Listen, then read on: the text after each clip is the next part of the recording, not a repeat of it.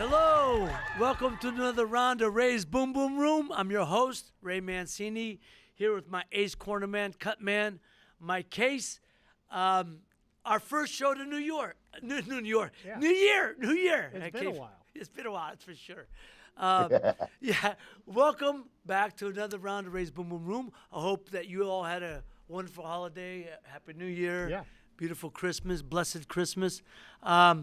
How about this, man? We're in 60-degree weather in the middle of January in unbelievable. Youngstown, Warren. I mean, 70 over the weekend. yeah, how about that? Crazy records being set. I don't know if that's a good thing because, man, you know, the world's gone awry. You know, it is good. It is good. Well, it's a good thing for us, but it's snowing like cats and dogs in middle of America. Yeah, you know, that's true. Texas, all the way up from like the Dakotas all the way down. So, but anyhow, very special guest today. Very special guest. Very special. I'm so excited because I met my friend earlier this year when we both working for Fox.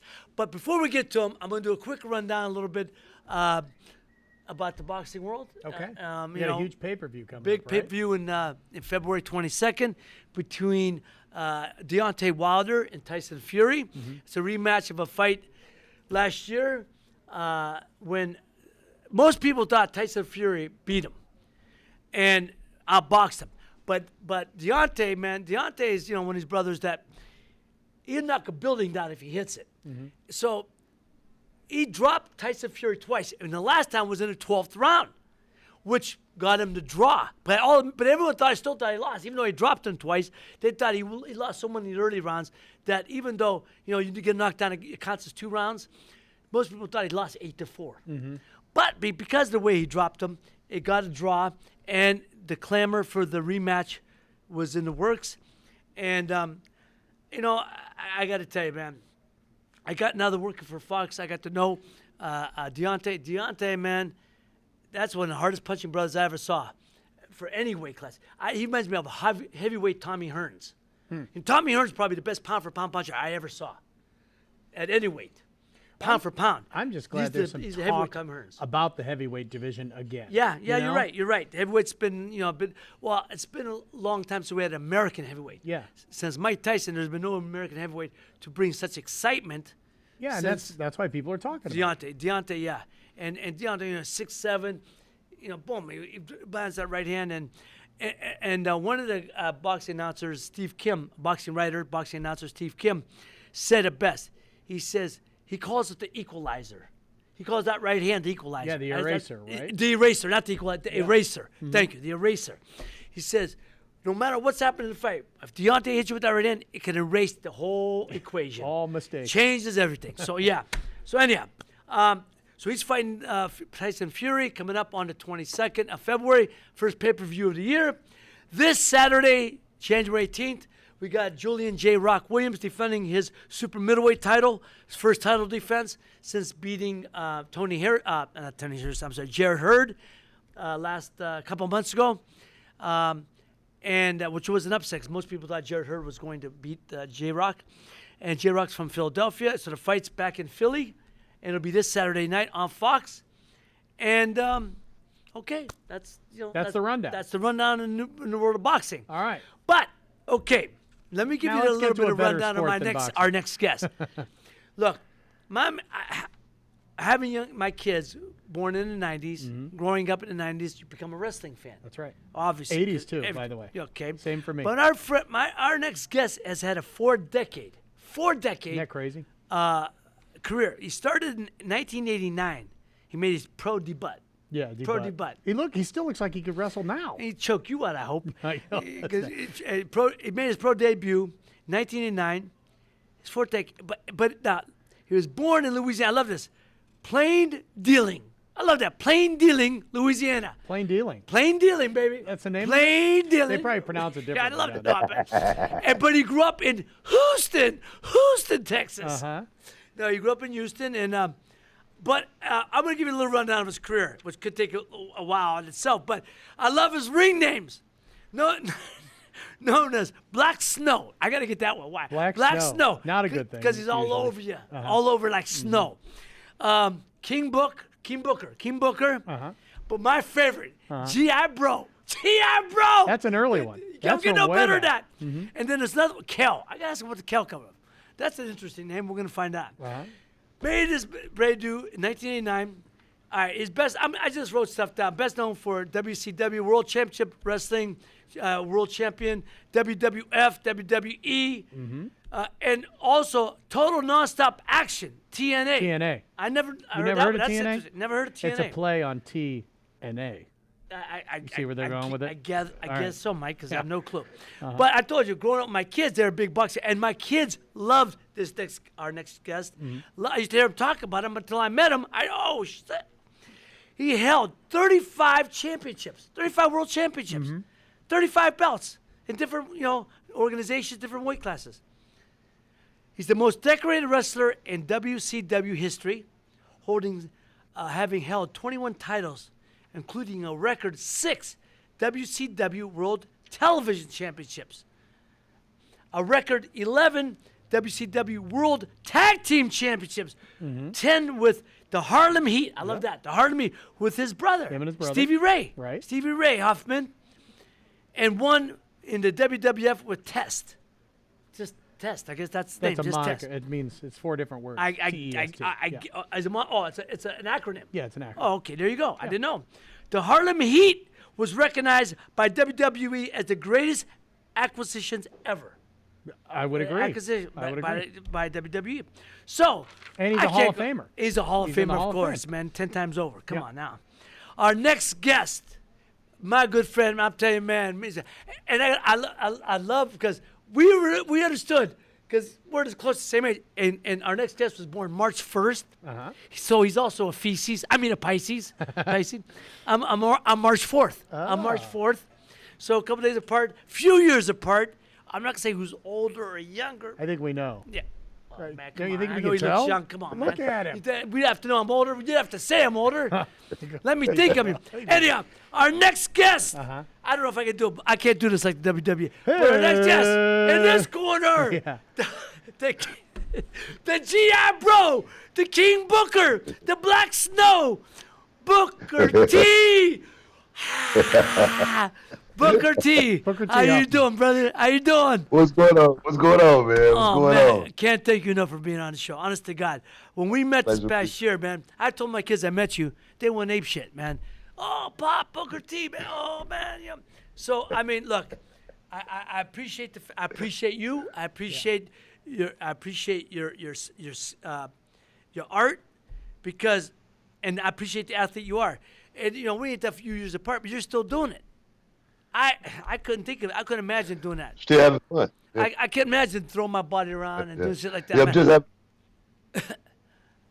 I'm just, I'm having fun. I'm having fun. I mean, I don't get in the ring too much these days, but I got a wrestling school, and I got about 50 students that I still love, giving back to and letting them live their dreams and whatnot. But I'm living a dream that I never had. My brother wanted to wrestle, and I just followed my brother around my whole life, and here I am, 30 years later. Still having fun doing my thing.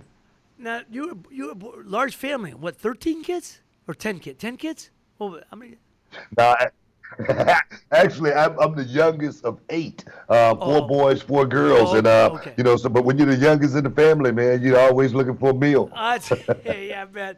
Well, you ain't hungry no more. But I mean, you're hungry for success. Don't get me wrong. But thank God you're able to feed yourself a little better these days. Thank God. But, Book, Yep. now let me ask you something. One of the best movies, obviously, The Wrestler. My friend Mickey did it. What did you think of the movie? Did you enjoy the movie? Was it close to life? I mean, it's got to be close to what you guys live on the road and stuff. No, actually, that movie was so well put together because it showed you the real gritty, raw form of professional wrestling. A lot of professional wrestlers don't get into it to be, for the money. A lot of them get into it just because they love it so much. And Mickey Rourke, he played that role better than anybody ever could have played that role. And there's so many guys like that. Myself, I didn't want to be one of those guys. I love the entertainment. I love the art. But at the end of the day, I wanted to make some money and be able to take care of my family. Yeah, no, absolutely. One thing I found out about that, I realized about that movie, Because Mickey, I said, I was with Mickey the day that he realized it was a Grove project. We were down at Miami Beach. And Mickey, we were talking, he saw him doing this movie, and for Darren Aronofsky, called The Wrestler. And, he said, yeah, man, I gotta start training for it. Man, I gotta get ready for this. So I was actually there, and we were together at Miami Beach when he got the call that it was a Go project. And, man, he was fabulous, man. I just, but, so many of those type of stories. The guys being on the road from the family. I mean, I'm sure, you're on the road. How many days a week are you on the road? I mean, pretty much it's like. No, I mean, back then we were on the road probably 300 days a year, and we were pushing ourselves close to 300 days a year. That's with promotional stuff. That's with on sales. That's with wrestling. That's with doing autographs. That's everything. Yeah, and right. I think Jake the Snake said it best in his autobiography. The first one, he said, when you sign that contract, you are obligated to work every day. And you got to just put your hard hat on and get your boots on tight, man, and get ready. It's like, look, when I turned pro at 18, right? I was fortunate. I turned pro young. I won the title young at 21, and I got out. I was retired at 24 because I had no love for the sport. Not because my body couldn't do it. Mentally, I just had no love for the sport. You guys are on the road so much longer, but the one thing my father taught me was, my father being the next fighter, of course. He said, Raymond, I'm not going to tell you what to do, what not to do. He said, but I'm advising you, do not get into a steady relationship, because what happens is the career isn't successful or the relationship isn't successful, but what usually happens, both aren't successful. Yeah. I said that your career has to be your lady, and that was man. When you're done with that, he said, for me it worked. I didn't have a steady girlfriend or anything until I got through my fighting. That's got to be rough on a guy for relationships when you're on the road. But I went away for a period of time, and then I was back for a period of time. So you know when your schedule is, when you're fighting. But I was fighting 3-4 times a year, going to training camp 6 weeks before. So you basically, I don't know, a couple months, 3 months or 4 months, you're training and fighting, but the rest you're around your home basically. But it's got to be hard for relationships when you're when you're on the road that much. It is. I tell you a story. I got married like in 2000, and my wife, I was on the road a whole lot. And she didn't understand, a lot of times after you finish wrestling, it's late. Only place that's open, then they'll keep it open for you is the bar where you can get something to eat and whatnot. And I would call her and say, hey, I'm at the hotel, I'm at the bar getting something to eat. And she would go at the bar, and I'm like, yeah, I'm getting something to eat. So she thought I was, at the bar, drinking and cheating and whatnot. And I asked her one day, I say, what do you think I go when I leave the house on Friday and don't come back until Monday? And she said, I don't know where you go. And I went and filed for divorce that day. No kidding. And I've never seen her again. But my wife that I'm married to now, we've been together for 15 years strong. She's former Miss Black America. She's former dancer for James Brown. She knows what it's like to be in the entertainment business. She knows how hard it really is being out there on the road. And she supported me every single day of our relationship, and it's worked like a charm. And you have to wonder, why couldn't I meet her 20 years before, 10 years before? Because, I understand. But the funny thing is, if she was a dancer for James Brown, I ever tell you the story? True story. I'm training in 1984. I'm training in Tahoe for my title defense. James Brown's performing I'm not the same hotel. I'm staying at South Shore. We go to North Shore at Caesars North Shore to go see the show. Love James Brown. Hardest working man in show business. So I actually got a chance to meet him after the show. He was great, man. Big fight fan. He's a big fight guy. But during the show, I forgot what song it was. One of his favorite songs, best song, one of his biggest hits. All of a sudden he goes, huh, yeah. I said, boom, boom, in the house. And I said to my guy, what did he just say? He said, yeah, huh. I said, boom, boom, in the house. We looked at it and said, whoa, shit. And he said, yeah. And that was the coolest thing. James Brown called me out during the song. Yeah, boom, boom, in the house. Oh Yeah. man! Yeah, Afterwards, that's a good feeling. Yeah. I got to go meet him, man. He was such a good brother, man. He was such a good man, and I just Yeah, admire yeah. him. But you know, when you hear about the hardest working man in show business, it's the truth, man. Because he's on the road all the time, Oh. and he's putting it out there for the fans all the time. That's when you see concerts, people like yourself. You're on the road 300 days, but you're putting it out there for the fans every day. Days your body's breaking down, your body when you're sick physically, sometimes mentally, and you still got to go put on a show. That's acting. I tell people, I mean, you're I mean, acting.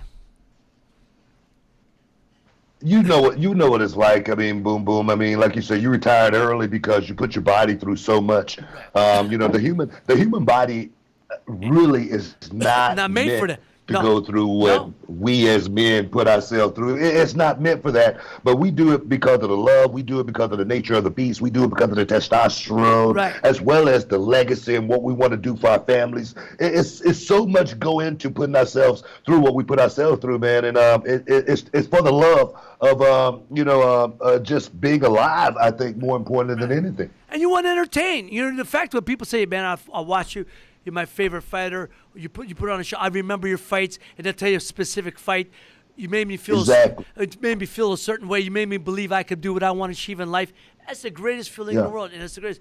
But you don't realize how you can move people and touch people through sports, or through your career, or through your whatever you're able to do. That you move people in a certain way that inspires them. That's the greatest thing for me. Well, I think the ones that really understand, that they understand that it's not about them. We only live once that we know of, and to be able to leave something, that someone else can draw inspiration on in this life, I think is very, very important. You know, it's funny you said earlier when your first wife said to you, blah, blah, blah, you're on the road. What did she think she was signing up for? And I don't know, and I don't mean any disrespect to her, but I'm telling people in general. I have friends of mine that going through, when they go through, and they go, the wife said this. I said, what did they think they were signing up for? You knew on Front Street what you're signing up for. Well, I mean, sometimes I think they think it's a vacation. I think they think you can see a life from the outside looking in, and you can say, "Man, that's so glamorous. Yeah. Man, it got to be so great." But the statement is actually true. It really is. It's lonely at the top. It's lonely when you're out there and everybody want a piece of you. It really is. And when you don't have someone who understands that, it could really be it could be hell. Yeah. It's funny because when I went through my own divorce, and Mac's wife, no, thank God we get along great, and we love each other, and we raised 3 beautiful babies, and we're all cool, and everything. It's all love, and love is in the air now. You know what I mean? It's all love. But I'll never forget. She said to me, when we go to, she goes, I don't, who you are. I don't want that anymore. And I said, you don't want it, but you knew who I was on Front Street. I've never changed. I've been the same guy. You wanted it. You loved it then. Okay. What are you gonna do with that? What are you gonna say to that? You don't want that now. I'll never forget. A friend of mine said the line because he heard one of the college coaches say it at one time, and one of the college coaches got fired. Football coach got fired. I said, Coach, where do you fire? He said, they fired you. What were the reasons? He said, I don't know, but they said the same reasons they hired me for, they fired me for. I mean, your intensity, your all. So, but. Also, I love that line, but it's true. Same reasons they hire you for, they fire you for. So you wanted that You wanted that when we first got married, but not then. You don't want it no more. So life is tricky, man. Life is tricky, especially with women. But like I said, I bounced back. I'm so lucky. Like you say, now I got 2 beautiful kids, 9-year-old twins. Like I said, I wrote a huge check. And that first marriage, but I can tell you, I can honestly tell you, it was worth every dime. No, of course. Look. Like I said, thank God you get through it. But it was one of the things that kind of baffled me. Well, you don't want that now when you're that person you are. Yeah. I said I'm the same. She said yes, and I want different. She goes, I'm not. You're the same. I'm not. Okay, Can't argue. I get it. Can't argue with that. You can't argue with your woman. No. And Book, you don't mind. And Mike, anytime you feel, just jump in. No, Just jump on it. I got like 35 questions, but Go ahead. you're on a roll. What you got? Go ahead. All right. Let's done, start I'm here. done. Let me start here. Take me back to the beginning, because if you grew up in the '80s, you knew who Ivan Putski was, the Polish Power, and he starts a wrestling school, and you guys decide to go to it. Tell me why, and if you learned anything from him that you kind of took throughout your career. I mean, I think what I learned from Ivan Putski more importantly than anything was just, wrestling is entertainment. And Ivan Putski, ever since I was a kid watching Ivan Putski, he was an entertainer. It wasn't about wrestling with Ivan. I remember this one thing where Ivan used to, go in the ring and they would put like bricks on his stomach and he would let someone take a sledgehammer and break him. Yeah. And he was just showing, how strong he was. It wasn't about wrestling or anything. It was about entertaining fans. So that's what I took away from Ivan Putski.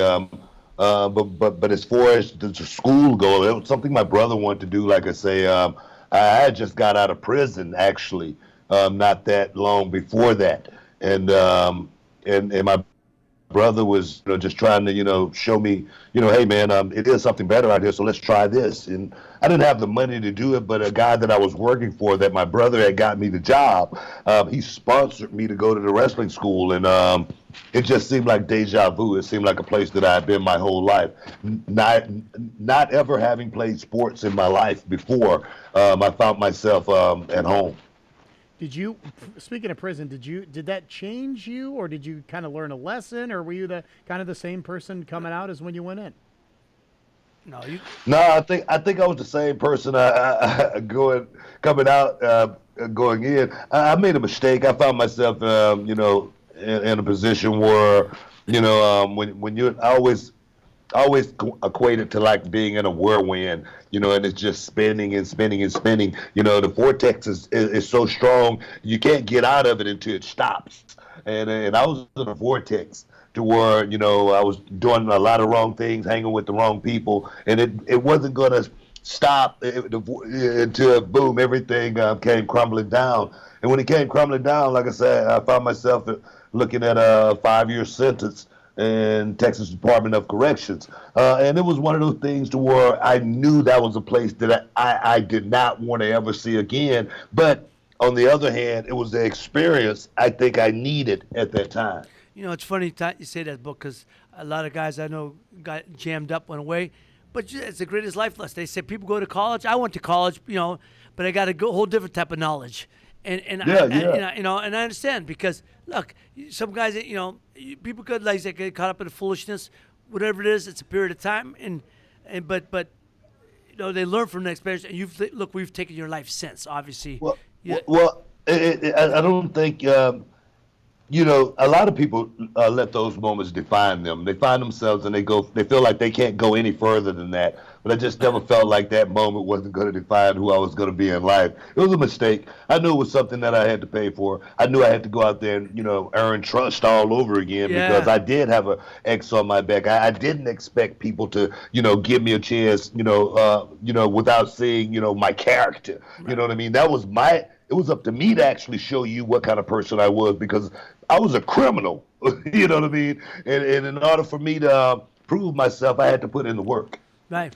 Well, I admire that, and you certainly have, because, man, I people talk around Fox, if they want, how beloved you are and all that, and that's a beautiful thing. People of the content of your character. People talk about what a stand-up guy you are, and I admire that more than I could tell you, because appreciate it. More so now, because I didn't know your background until I looked up around it. I said, oh, no shit, it happens. It happens. Hey. Was there anything when you were wrestling, was there ever a time where you were like, I don't know if this wrestling's for me, or was it always kind of what you wanted to do? It wasn't something I wanted to do at all. But when I got into it, I loved it. It wasn't a moment in wrestling where I said, I don't know if this thing's going to work out for me or not. From the beginning, I think I knew how good I was, never thinking that I was going to be famous or anything like that, but always knowing that I was going to be famous, if you can understand what I mean. It wasn't, I didn't get into it for the money or anything like that. It was a hobby. It was an escape. It was something that I did better than I did anything in my life. So I was like, wow, I'm having so much fun being able to escape from my side of town and go to the other side of town, hang out with the white guys, put on my boots, and act like a wrestler. Well, look, it's funny you say that because obviously you're a better wrestler than you were a crook. That's a good thing. That's a good thing. Yeah, a good thing. But it's funny when you said, always knowing that I wanted to didn't know I'd be famous, but I always knew I'd be famous. I know what you mean by that. In your mind, you're going to succeed. Success, people always say success and fame are two different things. I tell people all the time, you're not defined by the fame. You can't help from being famous, but your success is you control your success. Fame you got no control over. When two people know you're That's 200. true, yeah. Fame is a whole different thing. When people say, "Oh, you like being famous?" No, I like being successful. Fame is just a residual of success. Right. Yeah. But it's the same thing. Type Just of part of it. It just comes along. That's right. Yeah. And the same Icing thing. on the cake. Same thing. I always said, when I got into the wrestling business, I said, like I said, it was like deja vu, and I always knew how good I was, and then I had an anchor as well, with my brother, him and I being a tag team. I had somebody to watch my back, so I was able to actually really go all the way over the top, much further than I probably would have gone if I was just by myself. And my brother always used to tell me, more importantly than anything, man, he used to. Before I even knew what the word meant, he used to tell me that I was prolific, and I was better than all the guys in the locker room. My brother used to tell me that. Everywhere that we went, my brother used to tell me that, and I believed it, just because he was my big brother, and he told me that, and he's the guy that I looked up to. Well, Book, you just said a key thing. I tell people, my father used to tell me, he said, others can doubt you and you'll still succeed, but you can never ever doubt yourself and ever succeed. He said, it's got to be with you. You got to believe it. Don't matter what nobody says to you. Because, right, man, you're going to be knocked your whole life. And, I was always the smallest kid, but I was a good athlete. I never thought of any of what people said affect me. In fact, it only spurred me on. You don't think I'm going to be, okay. My high school coach said, when I told him I was going to give up football to focus on fighting, be a fighter, you get punched drunk or something. You can't make it as a fighter, but at least I said, okay. Now, instead of a lot of young kids go, oh my God, he said I can't. I said, okay, now I'm going to prove this son of a gun. I'm going to prove you wrong. All right, you'll see. One day you'll see. Mm-hmm. And that was always been my attitude. And you can't let others define you. No, by no means. I tell you, I've always been motivated, but I think the one thing that motivated me more than anything ever was when I was walking out of the prison wall. It was one of the COs, and he was on a big white horse, and he had the big cowboy hat on, and he said, "I'll see you when you get back," and that stuck with me. And I remember I was wrestling one day, and I saw that CO sitting like 3 rows back, and he looked at me and he smiled. And the thing is, I think he was happy that he didn't see me come back. And the thing is, you can tend to judge a person for saying something like that, but I'm sure that same CO saw so many guys come back. Right. You know what I mean? So I looked at that, man, and that motivated me, and it made me feel good when he saw me and actually smiled at me and gave me approval. So. Did you think he said that to motivate you to not come back, or do you think he wasn't that smart just to think to be that a way? dick? Yeah. Well, I think it might have been a little bit of both. You know what I mean? I really, because like I say, I'm sure he's seen so many guys come back. That's right. And it's so repetitive. And I think those words, him saying that, if it don't motivate you not to come back, you're the one, I think, lose in that situation. No, there's no dispute. There's no doubt. I read somewhere you were the first African American to have a world championship belt. Is that true? And how much did that mean to you? I'm the second African American to hold a world championship, next to Ron Simmons, and it means a lot. But I don't look at my career, as being black and only. I really don't look at it that way because. When I went out and performed, I wanted to perform for everyone. I didn't just represent, black kids. I represented, the fans that was watching the show. Nice. I don't want to just be put in a position just because I'm black. I want to be put in a position because I'm better than everybody else in the locker room. No other reasons, So But for me to have had a lot of accolades because you can't hear me. I don't know what's going on. Can you hear me? Oh, things came out. Was that it? Oh. What, me? Ray pulled the. Did I pull this up for somewhere? Pulled that Hold out. up, book. I messed up. I messed up. You can hear us, but we can't hear you. Yeah. Did I pull this out? I'm messing with this damn thing. Yeah. Oh shit, man. That's okay. All right, we're gonna go. We're gonna back up. Good. We good. Fuck. Poor guy. Yeah. I pulled it out, man. Oh, Okay, we're good. He's back. He's We're back. Sorry, book. Book. You got me. What was that? What was that? I don't know. pulled The I pulled the wire. The last I heard, I you keep messing said with the wire. you were just glad to be out there for the fans. You didn't look at yourself any different than John, anybody else. Yeah. I never looked at myself as just being the black wrestler or anything like that. And the reason I say that is because when I first got into professional wrestling, I studied it. I studied professional wrestling, and I studied how do you get to the top level of the game? How do you get to the main event? Status. And I looked at guys like Ric Flair, guys like Nick Bockwinkel, guys like Bruno Sammartino, and all of these guys had a certain, something about them. You know what I mean? They had that it factor. They dressed a certain way, they walked a certain way, they talked a certain way, they had a certain name as well.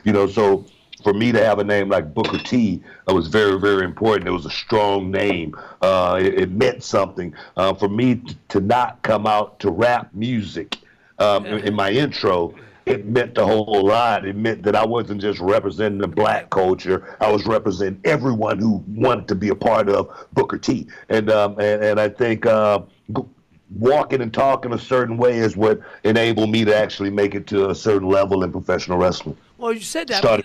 Well, Book, that's what I'm talking about. My kids, they say, oh, Pop, look, he's good. My kids loved you when they were small because they saw you as a wrestler. It wasn't the black wrestler. It was just a wrestler, right? Yeah. Look, I've said this repeatedly. I've said it on the show before. The two things in life, to me, maybe it's crossing over more now, but to me, I've said that non-cultural, non-color, non-religious are sports and music. If a brother can play, that's a bad man. If a white boy can play basketball, Larry Bird, they say, oh, that's a white boy. They say that brother's a bad baller. Yeah, he's a good player. Yeah. That's it. And if you're a musician like a Stevie Ray Vaughan, talking about Stevie Ray, or Springsteen or whatever, people say, oh, he's a good. No, that's a rocker, man. And Stevie Ray, where he played that guitar, nobody said, oh, or Clapton. So Santana. Yeah, man, Yeah. Carlos Santana, shit. So you always look at it and say, man, that's a bad man. So that's I have a great admiration for people, whether it's in all aspects. I said, music and sports. Now, obviously, in movies, you go to see the Denzel Washington, because you love him. A lot of people come to see, the white actors. You don't go say, oh, he's a white actor, black. You say he's a good actor. Yep. I mean, Exactly. they got to stop this. I'm tired of this bullshit when they start trying to clarify. I get it. But I tell you though, the one thing though, we got to. It's up to us to actually create that. You know what I mean? That aura around us and the way people look at us. When you put yourself in a little box, and that's the only way that people look at you. That's the only thing people know. But for me, like I say, it was important from the beginning to have a name to where people can look at me and say, oh man, that's just Booker T, not the black guy. I didn't want to stereotype myself. No. And a lot of times we stereotype ourselves. Opposed to someone else. How much is that under your control? Even when you go into a match, a championship match or whatever, how much of it is under your control? And did you ever try to sway the behind-the-scenes folks to do kind of more what you wanted to do?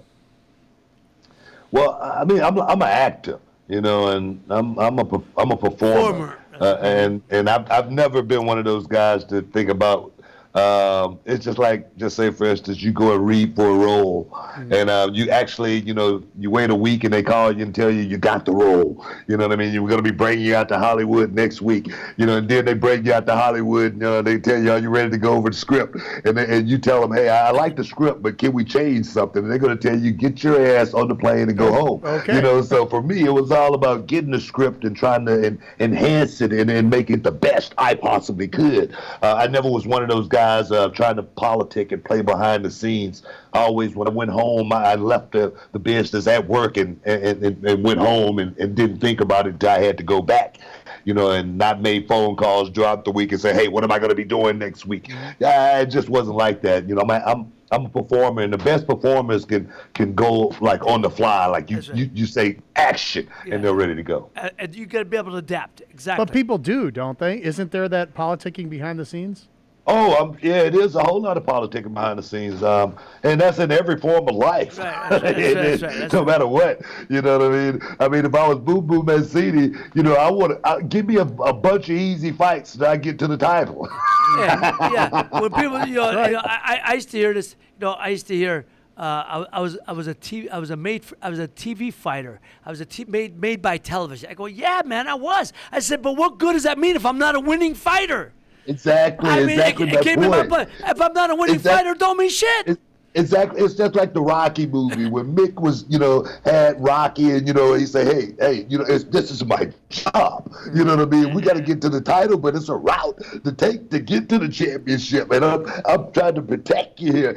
So for me, it was always about the end game, and the end game is what I'm doing right now. I'm 54 years old. I'm healthy.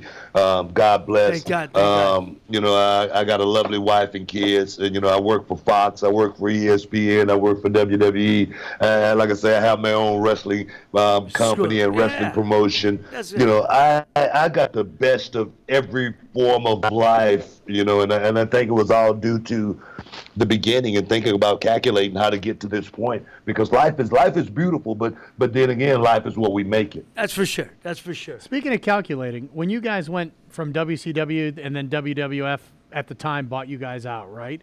Did you guys think that were you happy about that at the time, or did you kind of like where you guys were?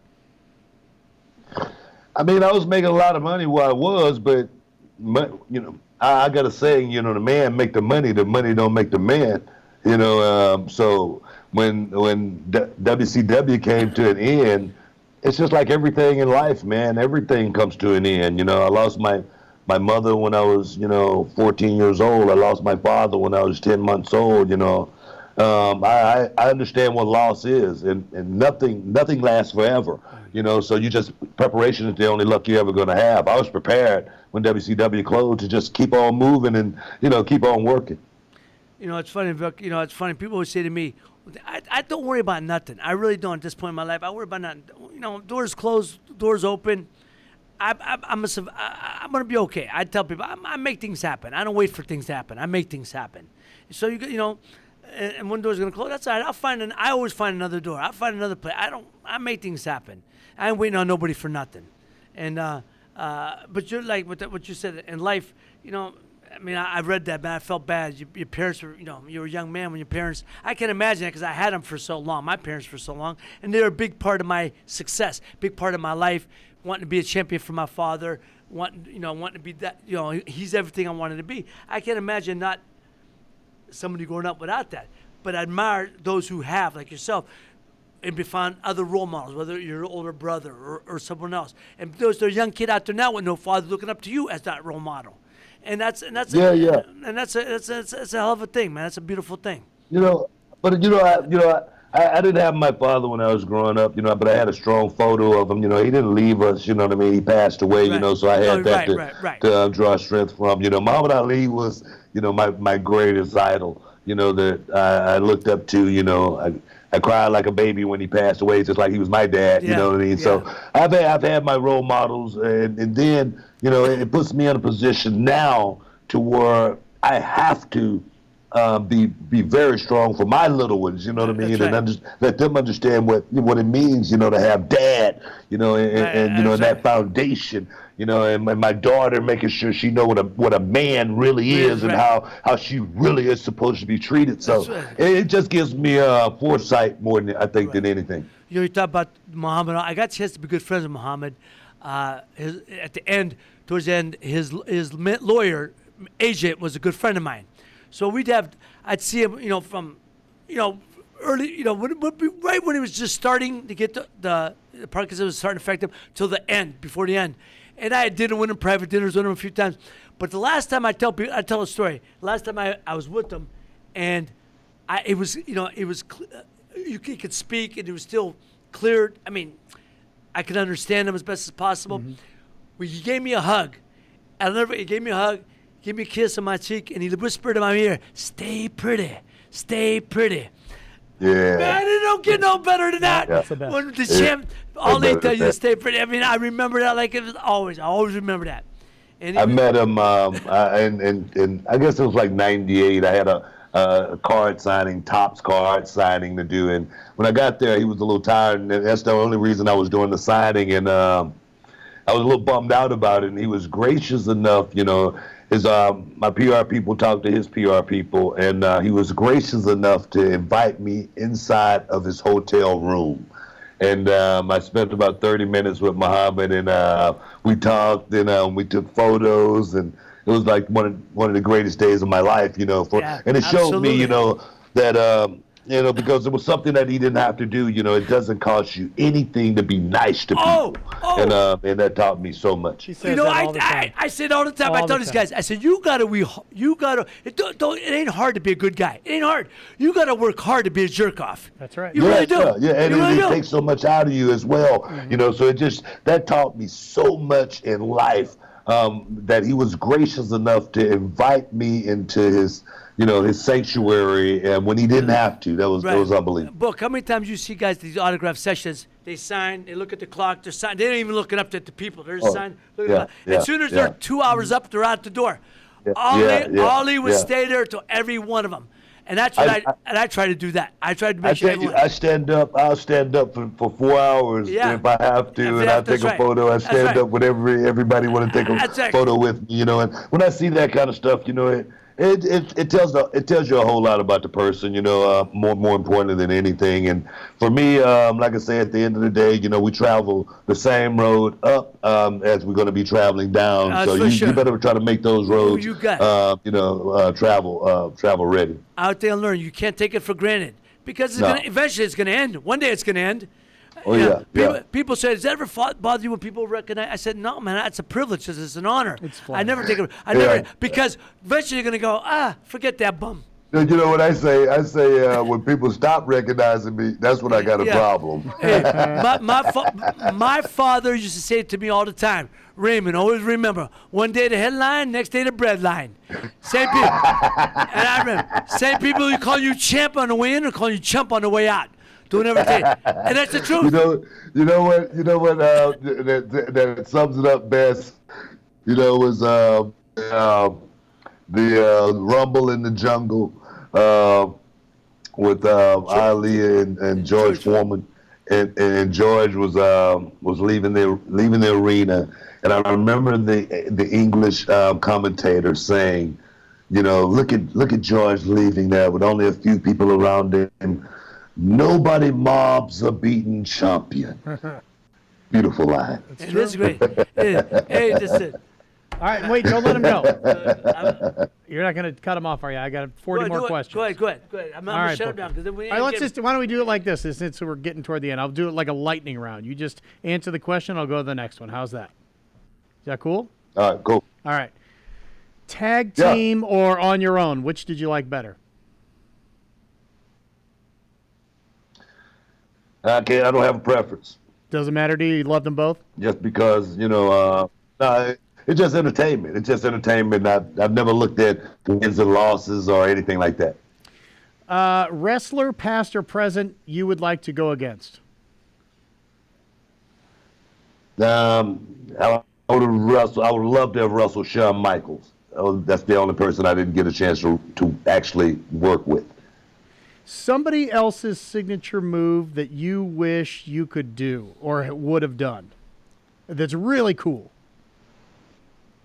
Just the moonsault. I used to be a big fan of Great Muta, and from Japan, and he brought the moonsault to the States. I think Chavo Guerrero, I think, did it first, but the Great Muta actually perfected it.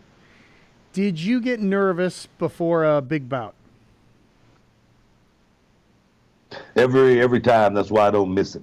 I got butterflies I want to, throw up. I had to pray to God, and say, just get me through this just one more time. Because going out and making a mistake was my biggest fear, and not entertaining the fans, to the, that most was one or the other. Yeah. You kind of cut off there. Did you say you threw up sometimes before a fight? I'd say I almost wanted to throw up, okay. Because it just was so nerve wracking. Butterflies were, just swirling all around. It was one of the most nerve wracking things I ever had to do was walk to the ring. Once I got out of the curtain, I was okay, but just backstage, it was not a good feeling at all. Was there a wrestler that kind of put you under his wing, or someone you looked up to when you were just starting out? Only Ron Simmons was a guy that kind of schooled me, and kind of like, because he was another black guy who had made it to that level and just told me certain, things and whatnot. But no, I always wanted to, write my own ship. I always wanted to, create my own destiny and, leave a legacy that like no one else ever left before. But no, I didn't look up to anybody. Was there a couple of guys though that you hung with other than your brother that people would know? I didn't like hanging out with the guy. Me and RVD, Rob Van Dam, him and I, we were really good friends. We rode together. We were tag team partners, tag team champions back in the day. But I've always been a loner. I always say, you can't, if you do something, you can't tell on yourself. Yeah. I saw the Ric Flair 30 for 30. Was his life, was that flamboyant? Was it that crazy, that fun, as far as you know? I don't know. That's up for debate as far as how fun it was. That's a lot of people look at that as fun. A lot of people look at it in a lot of different ways. Yeah. For me in my life, I don't know. I don't know. It's a touchy situation. Is wrestling as strong as it was before, or will it be as strong as it was before? Oh, wrestling's bigger now than it's ever been. Social media, overseas, pay-per-views, house shows. Wrestling's big as it's ever been right now, just because of where we're at in times. Right, and network television, now that Fox is showing you guys. That's exactly. strong. Yeah, exactly. Yeah. That's all I got. See, it only took 5 minutes. Was that pretty good? That's pretty good, It's Mike. off top That of was my head. lightning. Yeah. Booker, You're a winner. Booker T, man, I can't thank you enough. Hey, real fast. When I saw Booker T, I said, am I the only one who remembers we were sitting at the table? I said, oh, Booker T, the MGs. These Yeah. guys looked at me like Sean Porter and No. Kate That's Abdul. it's a musical group. I go, what? Green Onions. I said, are we the only guys that remember Booker T? You don't want to age yourself Oh, like that. man. We as old guys, we try not to talk about stuff like that. you look bad. Sean Porter's like, oh, yo, what are you talking about? Yeah, I said, Booker T and MGs, man. No. One of the greatest rock and roll bands of all time. Yeah, they were good, man. I'm still getting CDs, Booker T and MG, Booker T and CDs. Like I know who they were. You got to sign them for other people. Book, I can't thank you enough for your time, brother. It really means the world to me. You got me anytime you need me. Let me know. I hope to run into you again, man, when I'm out there, because I don't know when I'm going to be out there again. If I don't, Hey, bro. but like I say, I tell you what, I'm gonna bring you. I want to get you inside the Hall of Fame right before that Deontay Wilder Fury fight, man. Definitely, cool. so we can glaze over that and see That's exactly, what your thoughts, what my thoughts are. Because I think that is going to be one fight that no one wants to miss in the heavyweight division. Let me tell you, real fast. Deontay whacks him dead this time. Whacks him. One thing about Deontay Wilder, man, every time he come in a rematch, he goes out a whole lot stronger. He fights a whole lot differently. Deontay Wilder is so far ahead of the game. Yeah. A guy starting boxing at the age of 20. It's unbelievable how much more growth Deontay Wilder still has. He's still a work in progress. So I see that fight being a really good fight. I'm going to tell you, man. I mean, I look at Tyson Fury, big, strong guy, and he moves good. He can't fight a whole lot, though. People don't understand. I go, no. He can move. He can't fight. Yeah, and the thing is, he doesn't have a whole lot of punching power. I mean, he normally stops his guys from volume punches and whatnot. Exactly. And I think, like I say, Deontay Wilder, he definitely fights the rematch a whole lot differently than he fight the first fight. So I think I will put my money on Deontay Wilder in this fight. But let Tyson Fury sell the fight, which he's doing and he will do. But when he, but Deontay will knock him dead this time. It'll keep It'll him be down. good. Be a good fight. Can't wait to see you again. Honest to God. Thank you, my brother. I can't thank you enough. Got nothing but love for you. Appreciate Nothing you, but bro. love. Thank you, Oh, too. man. Thanks You for guys putting be up good. with me. I Thank you. appreciate Take it. care. All right. Man, it don't get no better than that. Nope. No better Nope. than that. Nope. He's written a book. He's got a school for kids. He's giving back. He's a wonderful guy. I met him, man, after we become friends through, several times I see him out there, we run into each other. Just a wonderful guy, and I was so happy to get a chance to meet him. But I get to just talk about him all the time. Booker T. I used to hear the name, but How about that? but Mike, you did a good job with them interview. I don't know. I said, there you go. You're a wrestling guy. 'Cause Well, I'm gonna a ask good you- I'm interviewer. gonna talk. Doesn't Yes, matter you what are. the subject You are. is. I tell people, let us clarify, rectify. It's specify. He's the interview guy. I'm just the entertainment guy. I try to bring something to it. Mike's the interview Not guy. today. I'm not. You're all over it today. I'm not the best at asking questions because that's not what I do. I like to make conversation. But you're good at interviewing. You do that very well. See, that's the synergy of the group here. That's the synergy of the team. Of it. Yeah. Yeah. God, Well, and anyhow. we did watch a lot of wrestling growing I up, did, my brother and I. I used to watch because my children used to watch it. And great athletes. We never had the great action athletes. figures or anything like that. That came later. But Great athletes, man. I tell them what they do to their body. I know. You How do can't- they not have the broken sports arms and bad backs? Well, and- most a lot of them do. You know what I'm And saying? you know, they and keep going out we were there. talking about it when Mickey did the wrestler. Like Mickey, when he got with the staple gun, he had the guy shoot him with that. That's real. That was real. That's crazy. He wanted the real deal. Mickey's a method actor. I said, what about called acting? Just act. Yeah. Dumb, but And how about when they used to do the glass- razor yeah, blades on blades. their heads Oh, and stuff God, like that, and jump off? I mean, people don't know how high up in the air Oh, that stuff is. and And you end up on roll- the cement floor. Oh and man, I don't know. How I they do it. have such admiration for him. So, man, that was wonderful, man. That was great. A good way to start off the new year. I don't know how we're gonna have to get don't better, in the next couple weeks, but we will. Next week I won't be here, folks. Oh, we're out next week. Because I'm on the road. Okay. I'm on the road. Are you going to this one this weekend? Or this? You're going to that one the 18th? You going to that fight? No, I'm actually not.